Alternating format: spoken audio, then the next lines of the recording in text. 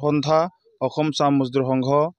লগতে আৱা আৰু অসম চাহ কৰ্মচাৰী সংঘ যুটীয়াভাৱে ছেপ্টেম্বৰ মাহৰ অৰ্থাৎ চলিত মাহৰ 28 আৰু 29 তাৰিখে দুদিনীয়া বৰ্ণাঢ্য কাৰ্যসূচীৰে পানেৰী চাহ বাগিচা খেলপথাৰ প্ৰাংগণত আমি আদিবাসীসকলৰ জাতীয় কৰম উৎসৱটি আমি উদযাপন কৰিবৰ কাৰণে আজি যিহেতুকে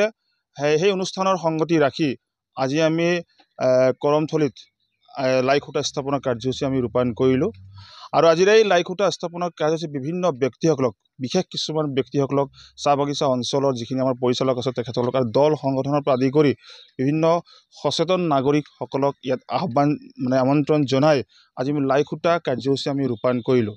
আৰু আজিৰ এই লাই খুঁটা স্থাপনৰ কাৰ্যসূচীৰ পৰাই সমগ্ৰ অসমবাসী ৰাইজক আমি জনাব বিচাৰিছোঁ যে যোৱাবেলি যিহেতুকে ডিমাকুছিত অনুষ্ঠিত হৈছিলে এই বিশাল কৰম উৎসৱটি এইবেলি পুনৰ আমি পানেৰী চাহ বাগিচাত আমি মনস্থ কৰিছোঁ উদযাপন কৰিবৰ বাবে আৰু অহা ছেপ্টেম্বৰ মাহৰ 28 আৰু 29 তাৰিখে দুদিনীয়া বৰ্ণাঢ্য কাৰ্যসূচী যিহেতুকে অনুষ্ঠিত হ'ব আৰু এই দুদিনীয়া বৰ্ণাঢ্য কাৰ্যসূচীৰে অনুষ্ঠিত হ'ব লগা কৰম উৎসৱত যিহেতুকে আমি বিভিন্ন ঠাইৰ পৰা কৰম নৃত্য দল ঝুমুৰ নৃত্য দল আৰু আদিবাসী জনগোষ্ঠীৰ যিমান উপজাতিবিলাক আছে সকলোৰে যিখিনি সাংস্কৃতিক দলবিলাক আছে সেই সাংস্কৃতিক দলবিলাকক আমি আমন্ত্ৰণ জনাই আমি 28 তাৰিখে নিশা আমি প্ৰতিযোগিতামূলক আমি নৃত্য প্ৰদৰ্শন যিটো কৰাম তাৰ পিছতেই 29 তাৰিখে আবেলি ঠিক 3 বজাৰ লগে লগেই মুকলি সভাৰ কাৰ্যসূচী হ'ব আৰু এই মুকলি সভাৰ কাৰ্যসূচীত আমি অসম চৰকাৰৰ মন্ত্ৰীৰ পৰা আদি কৰি যিখিনি আমাৰ বিধানসভাৰ বিধায়কৰ পৰা আদি কৰি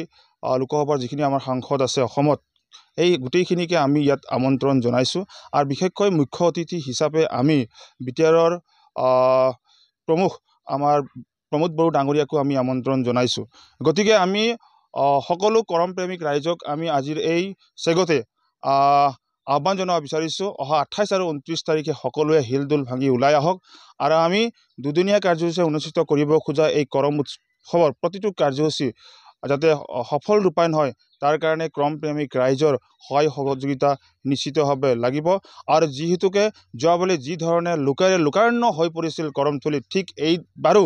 এই পানেৰী খেলপথাৰ প্ৰাংগণত লোকাৰণ্য হ'ব বুলি আমি আশাবাদী যথেষ্ট লোকৰ আগমন ঘটিব আৰু সেই হিচাপত আপোনালোকৰ সহায় সহযোগিতা নিশ্চিতভাৱে লাগিব ৰাইজে নখ জোকাৰিলেহে যিহেতুকে নৈ বাব আৰু সেই হিচাপত সকলোৰে সহায় সহযোগিতা আমি আশা ৰাখিছোঁ যাতে এই দুয়োটা দিন যিখিনি আমাৰ কাৰ্যসূচী আছে এই কাৰ্যসূচীবিলাক সফলভাৱে ৰূপায়ণ কৰাৰ ক্ষেত্ৰত যিহেতুকে আদিবাসী ছাত্ৰ সন্থাই হওক বা অসম চাহ মজদুৰ সংঘই হওক আদিবাসী মহিলা সমিতিয়ে হওক বা অসম চাহ কৰ্মচাৰী সংঘই হওক যিহেতুকে আমি সাংঘাতিক ধৰণে আমি লাগি পৰিছোঁ আৰু কাৰ্যসূচী আমি ৰূপায়ণ কৰাৰ ক্ষেত্ৰত ইতিমধ্যে কাম কাজ আমি ত্বৰান্বিত কৰি তুলিছোঁ আৰু প্ৰস্তুতি প্ৰায় তুংগত হৈ উঠিছে আজিৰ পৰাই যিহেতুকে এই লাই খুঁটা স্থাপনৰ পৰাই আমি আশাবাদী যে আগন্তুক দুদিনীয়া কাৰ্যসূচীৰে অনুষ্ঠিত হ'ব লগা কৰম উৎসৱৰ প্ৰতিটো কাৰ্যসূচী আমাৰ